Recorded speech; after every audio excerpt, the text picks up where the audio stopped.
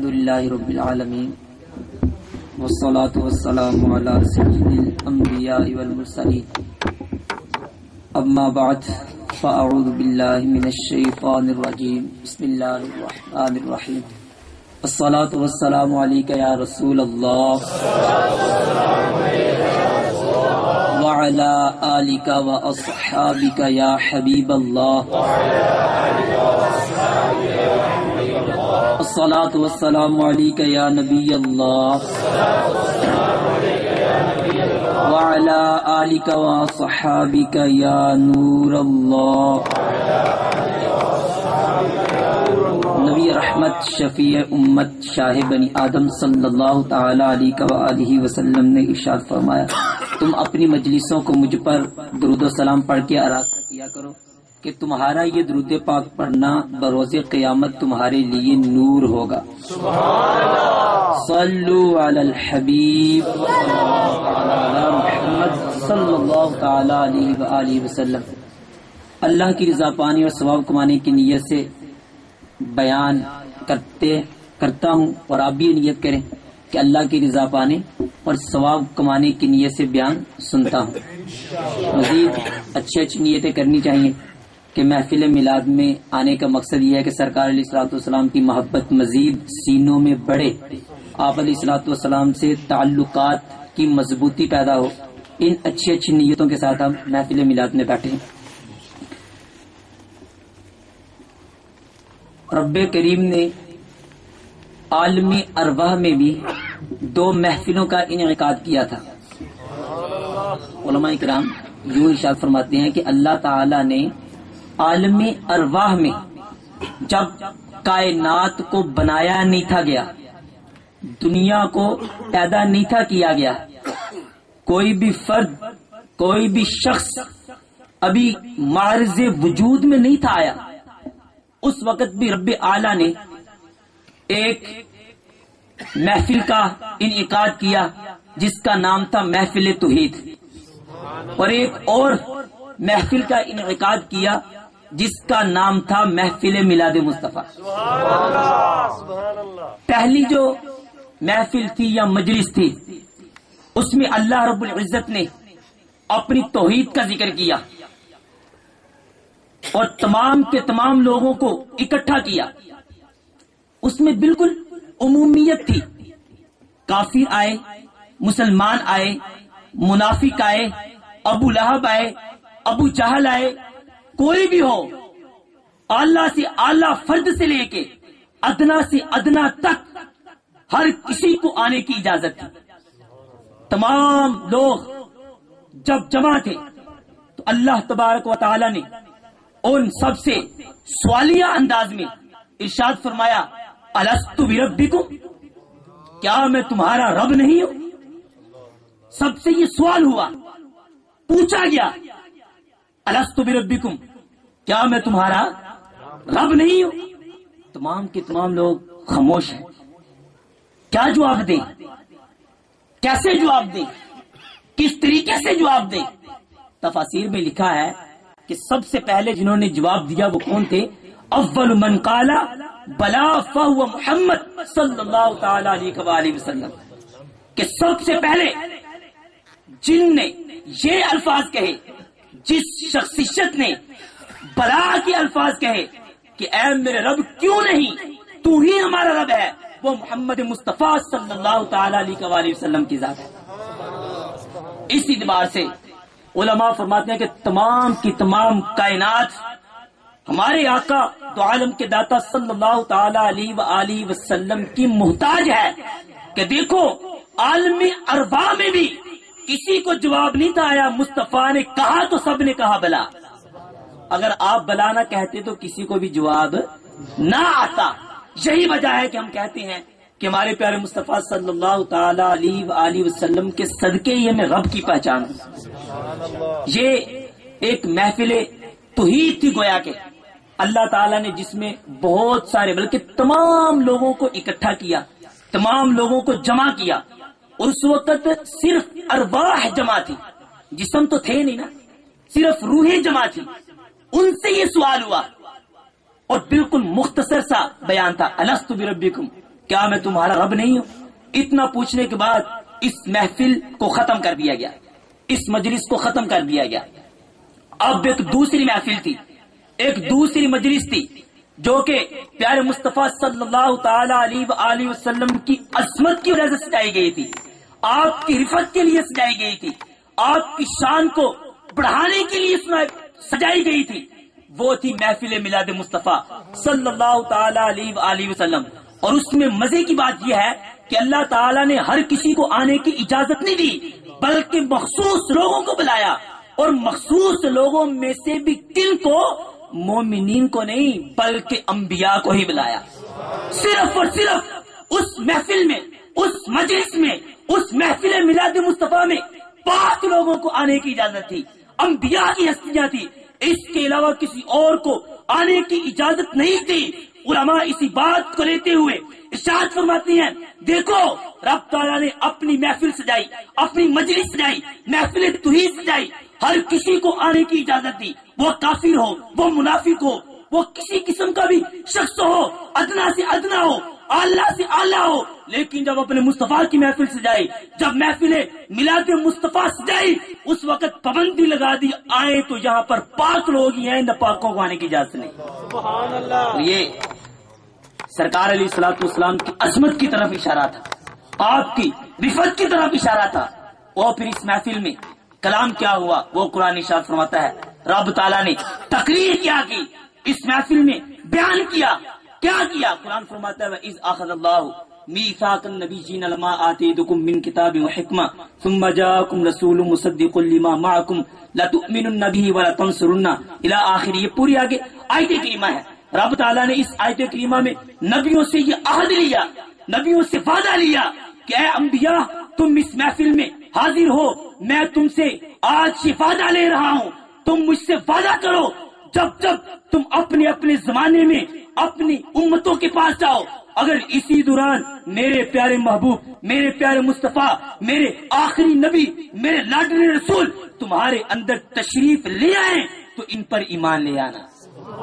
اس وقت تمہاری نہیں چلے گی، اس وقت صرف ہمارے آخری نبی کی چلے گی۔ اور اسی کی طرف اشارہ کرتے ہوئے کسی نے کیا خوب ارشاد فرمایا ہے، آئی نئی حکومت سکہ نیا چلے گا، عالم نے رنگ بدلا صبح شب ولادت۔ اس شعر کا یہی مطلب ہے کہ سرکار علیہ الصلوۃ والسلام جب تشریف لے آئے تو اب یہ نئی حکومت آ گئی ہے، اب سکہ چلے گا تو سکہ محمدی چلے گا، اب سکہ عیسوی نہیں چلے گا، سکہ موسوی نہیں چلے گا، سکہ ابراہیمی نہیں چلے گا، سکہ اسماعیلی نہیں چلے گا، سکہ آدم نہیں چلے گا، اب چلے گا تو سکہ یہ مصطفیٰ کا ہی چلے گا۔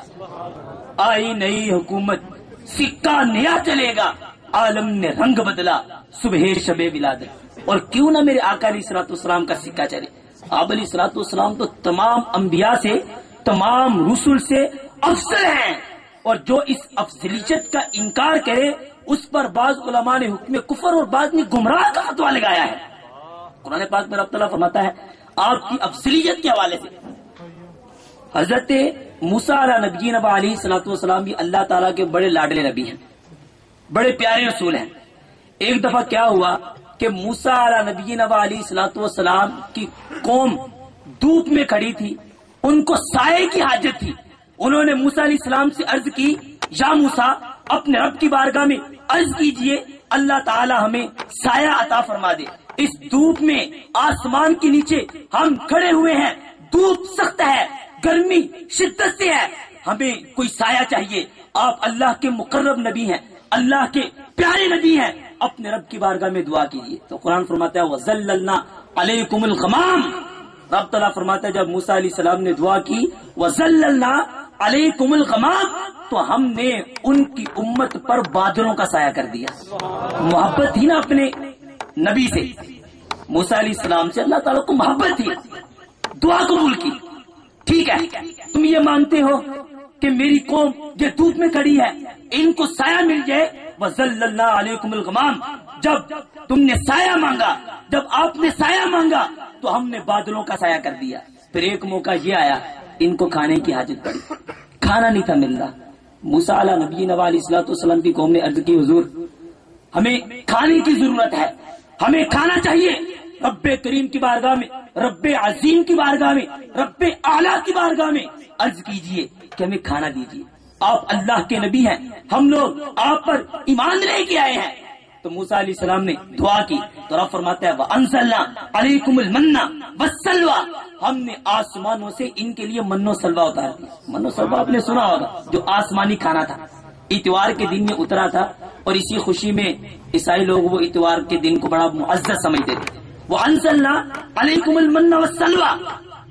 قرآن نے فرمایا کہ ہم نے تم پر یعنی کہ موسیٰ علیہ السلام کی قوم پر من و سلوہ نازل کر دیا، ان کو من و سلوہ کی حاجت پڑی، کھانے کی حاجت پڑی، وہ بھی دے دیا، ان کو سائے کی ضرورت پڑی، وہ بھی دے دیا۔ پھر ایک اور موقع ایسا آیا تو موسیٰ علیہ السلام کی قوم کو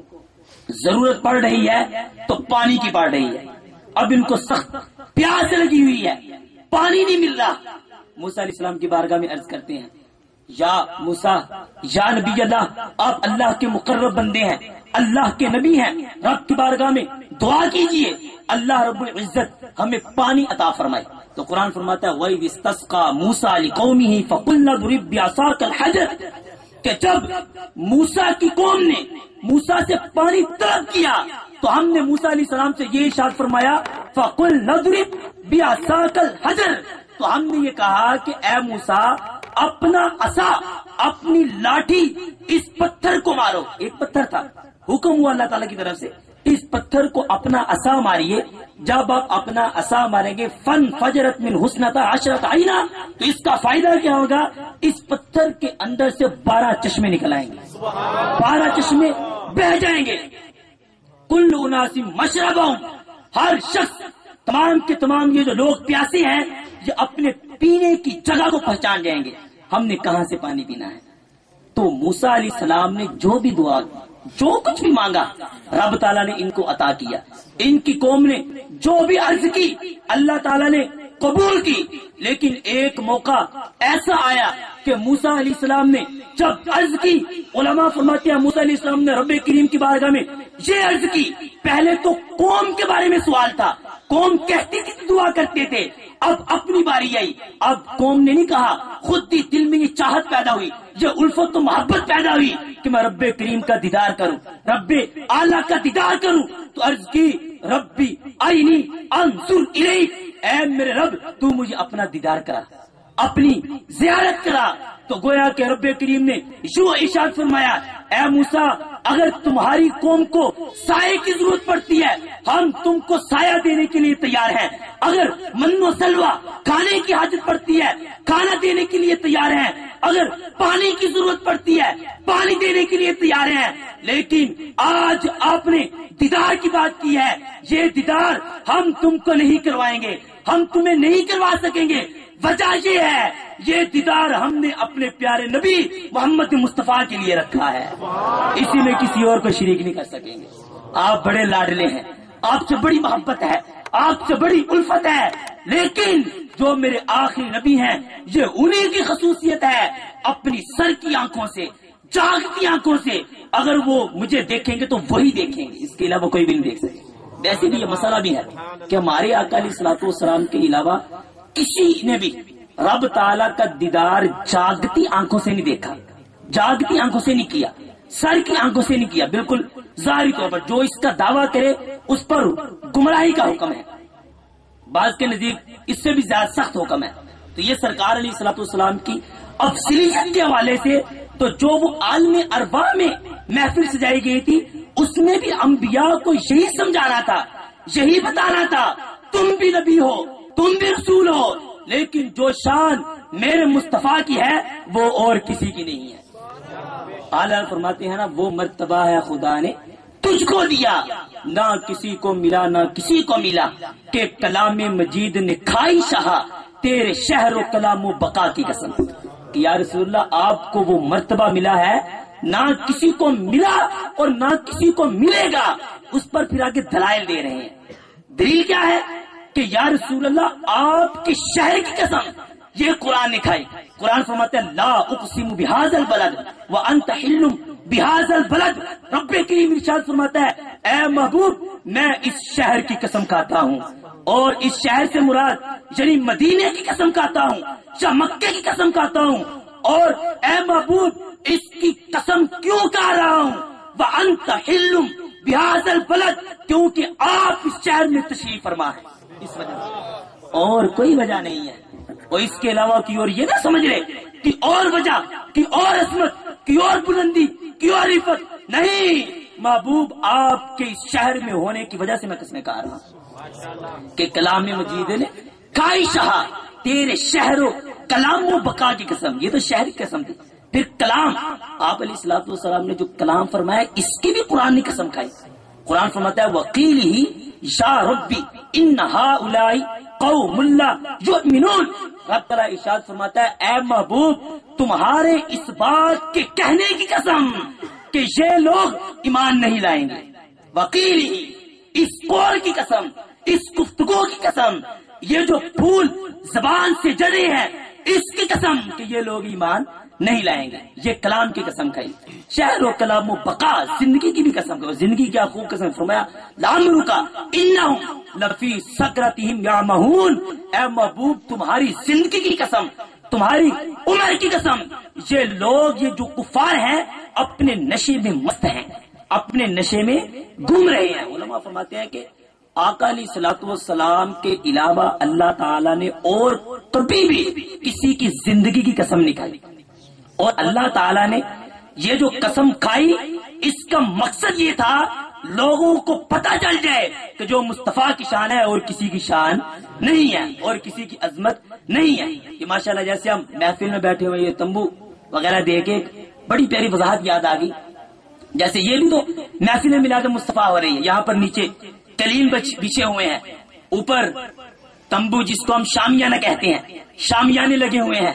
بلب بھی چل رہے ہیں، اور اس کے ساتھ ساتھ ممکن اگر گرمیوں کا موسم ہوتا تو عمومی طور پر ہم یہ دیکھتے ہیں کہ محفلوں میں وہ کولر وغیرہ بھی پانی کے لیے رکھے جاتے ہیں۔ یہ تو ایک ہمارا انداز ہے محفل میلاد مصطفیٰ منانے کا، سرکار کی عظمت کے اظہار کرنے کا، آپ کی شان کے اظہار کرنے کا، لیکن رب کریم نے اس پوری کائنات کو اپنے محبوب کے لیے سجایا، اپنے محبوب کے لیے بنایا، اور اس محفل کا انتظام کیسے کیا؟ ہم تو بندے ہیں، ہم تو انسان ہیں، اپنی حیثیت کے مطابق کام کریں گے، زیادہ سے زیادہ دریا بچائیں گے، دریا نہیں اور زیادہ کریں گے، کارپیٹ بچا لیں گے، اچھے سے اچھا قلیل بچا لیں گے، لیکن رب کریم نے تمام کی تمام کائنات کو محبوب کے لیے بنایا، تو اس محفل کو سجانے کے لیے ان کارپیٹوں کی جگہ، ان دریوں کی جگہ گویا کے نیچے زمین کو رکھ دیا، اپنی عظمت کے بعد پوری کی پوری زمین کو بچا دیا، اور پھر اس محفل کو سجانا تھا،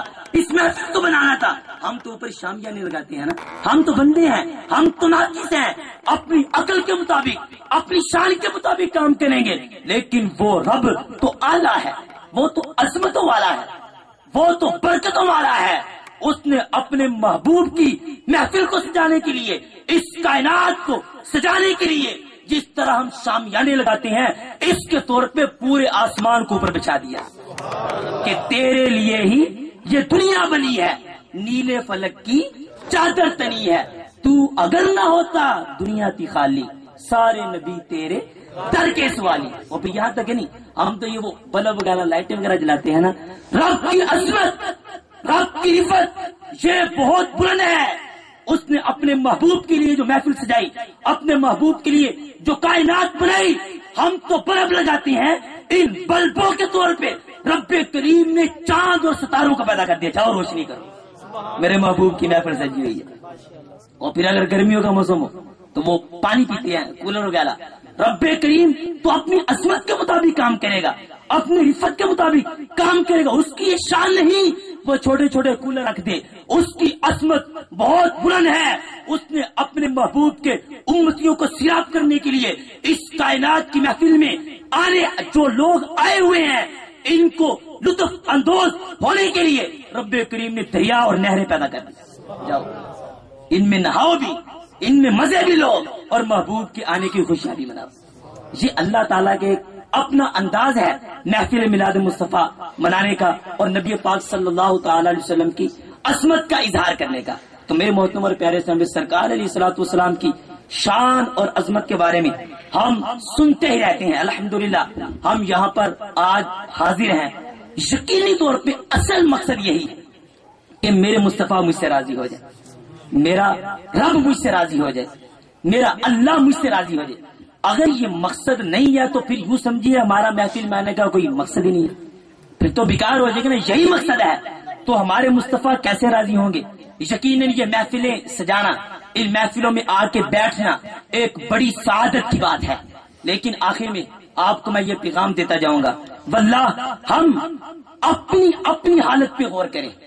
اپنے اوپر غور کریں کہ مصطفیٰ علیہ الصلوۃ والسلام کی یہ تشریف آوری کا مہینہ ہے، یہ گزرتا چلا جا رہا ہے، اور قاعدہ یہ ہے کہ جب بھی کسی محبوب کی آمد ہوتی ہے، جس سے جو کی محبت کرتا ہے وہ محبت کرنے والے کو کوئی نہ کوئی تحفہ دیتا ہے۔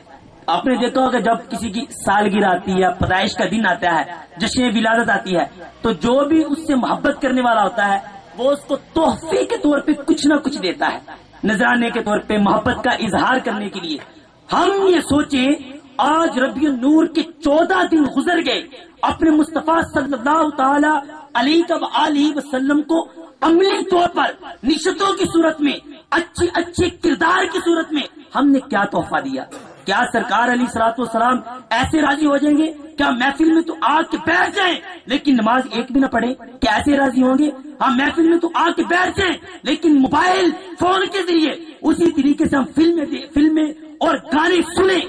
اور معاذ اللہ عجیب و غریب الٹے سیدھے کلپس دیکھیں، کیا میرے مصطفیٰ علیہ الصلوۃ والسلام ایسے راضی ہوں گے؟ کیا ان کو ہم نے گفٹ دیا؟ اور یہ کون سا گفٹ پسند کریں گے؟ یہ کون سا تحفہ پسند کریں گے؟ یقیناً تحفہ ہر کسی کو وہی دینا چاہیے جس سے اس کے دل میں ٹھنڈک پہنچے، جس سے اس کی آنکھیں ٹھنڈی ہوں۔ میرے مصطفیٰ علیہ الصلوۃ والسلام ارشاد فرماتے ہیں نماز میری آنکھوں کی ٹھنڈک ہے۔ جو بے نمازی ہیں، نماز نہیں پڑھتے،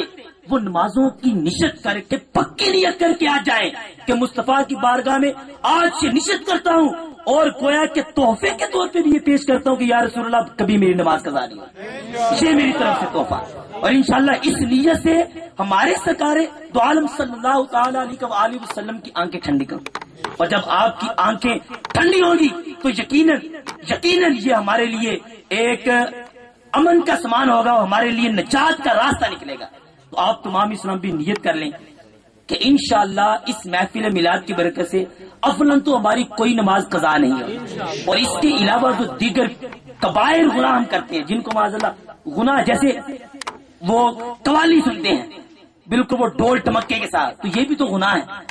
یہ بھی تو حرام ہے، یہ ڈول ٹمکا ہی تو حرام ہے۔ اور معاذ اللہ بعض کا تو ایسا ہوتا ہے کہ وہ بالکل جو عام چیز ہے وہ ڈول ٹمکے میں قوالی سن رہی ہوتی ہے اور اس قوالی کے اندر کفریہ کلمات ہوتی ہیں، کفریہ اشعار ہوتے ہیں، ہم اپنی مستی میں مست ہوتے ہیں۔ میرے آقا نے تو ارشاد فرمایا میں اس دنیا میں اسی لیے مبعوث کیا گیا تاکہ ان گانے باجے کے آلاتوں کو توڑ دوں، ان کو ختم کر دوں۔ سرکار کی بعثت کا مقصد یہ ہے، آپ نے جو خود ارشاد فرمایا۔ تو اس ماہ ہمیں بالخصوص یہ نیت کر کے تحفہ دینا، یا رسول اللہ کبھی ایسی چیزیں نہیں سنوں گا، فلمیں، ڈرامے اور بالخصوص یہ میوزک جس کو ہم وہ دل کی جلا کہتے ہیں، آنکھوں کی ٹھنڈک کہتے ہیں، روح کی غذا کہتے ہیں، معاذ اللہ کبھی بھی ایسی گانے باجے نہیں سنوں گا، بلکہ الا بذکر اللہ تطمئن القلوب، خبردار سن لو اللہ کے ذکر میں دلوں کا اطمینان ہے۔ اس اطمینان کو حاصل کرنے کے لیے اپنے قلب کو صاف کروں گا، اگر دل صاف نہ ہو، دل صاف نہ ہو۔ اور کسی کا قول میں نے پڑھا تھا کسی بزرگ کا، وہ فرماتے ہیں کہ جس طرح جب بندہ بیمار ہو جائے، بیمار بندے کو کھانے کی لذت نہیں آتی، اس کو مزہ نہیں آتا، لذیذ سے لذیذ چیز بھی دینا اس کو سرور نہیں آتا، اس کی طبیعت ہی نہیں پسند کرتی، وہ کیسے کھائے؟ حالانکہ بہت اعلیٰ کھانا تھا، بہت مزیدار کھانا تھا، بہت اچھا کھانا تھا، وجہ یہ ہے کہ وہ بیمار ہے۔ اسی طریقے سے جب بندہ روحانی طور پہ بیمار ہوتا ہے، اس کا قلب بیماری میں مبتلا ہوتا ہے، اب اس کا تلاوت میں بھی دل نہیں لگتا، نمازوں میں بھی دل نہیں لگتا، مسجد میں بھی دل نہیں لگتا، محفلوں میں بھی دل نہیں لگتا، اللہ اور اس کی رسول کی باتوں میں دل نہیں لگتا۔ وجہ یہ ہے وہ روحانی طور پہ بیمار ہے، اس کا قلب دنیا کی محبت میں غرق ہے، گانے بازوں کی محبت میں غرق ہے، نجائز لڑکیوں کی محبت میں غرق ہے، نجائز دنیا کی محبت میں غرق ہے۔ اب اس کو اللہ اور اس کے رسول کی محبت سے سرور کیسے آئے؟ متضاد چیزیں ہے نا، متضاد چیزیں، دن ہوگا یا رات ہوگی، یا رات ہوگی یا دن ہوگا، ایسا کبھی بھی نہیں ہو سکتا دن بھی ہو یا رات ہو، اس دل میں ایک ہی چیز ہوگی، یہ کنفرم ہے، یہ پکی بات ہے، یہ اپنے ذہنوں میں نقش کر لے، اس دل میں یا دنیا کی محبت ہوگی یا آخرت کی محبت ہوگی، کنفرم ہے، یا عشق مصطفیٰ ہوگا یا دنیا کی نجات محبت ہوگی. ایسا نہیں ہو سکتا دونوں جمع ہو جائے، دونوں جمع ہونے میں محال ہے. دن و رات کیسے جمع ہو سکتی ہیں؟ اس دل کے اندر اگر حقیقی لذت کو پیدا کرنا ہے تو سب سے قبل وہ جو گندگی ہے دل کی اس کو نکال کے باہر پھینکنا ہوگا، اس کے بعد پھر لذتیں آئیں گی. اور یہ سارے طریقے، ان ساری باتوں کا الحمدللہ آپ کو دعوت اسلامی کی میٹھی میٹھی مدنی پیاری پیاری اس تحریک سے ملے گا. جیسے آپ جتنے بھی اسلامی جہاں پر آئے، کاش یہ نیت کریں کہ ہم اسی طریقے سے دعوت اسلامی کا جو سنت و برا اجتماع جامع مسجد سجدہ میں ہوتا ہے ہر جمعرات کو مغرب تا عشاء، بالخصوص جو جہاں پر بیٹھے ہیں کم از کم ہم 4 جمعراتے تو وہاں پر جائیں گے. یہ بھی سالیت کر کے اٹھے، ہمیں کہے یا نہ کہے، مجھے کی دعوت دے یا نہ دے، میں خود ہی آج یہ نشت کرتا ہوں، یہ وعدہ کر کے اٹھتا ہوں کہ انشاءاللہ کم از کم 4 جمعرات تو اس ہفتہ وار اجتماع میں اول تاخیر شرکت کرو. اس کی نیت ہے. اللہ تعالیٰ کی بارگاہ سے دعا ہے ہمیں ان نیتوں پر عمل کرنے کی توفیق عطا فرمائے. جو کچھ ذکر خدا، ذکر مصطفیٰ صلی اللہ تعالیٰ علیہ وآلہ وسلم ہوا اس کو قبول و منظور فرمائے اور اس ذکر کے صدقے ہماری بخشش و مغفرت فرمائے. آمین بجاہ نبی الامین صلی اللہ تعالیٰ علیہ وسلم.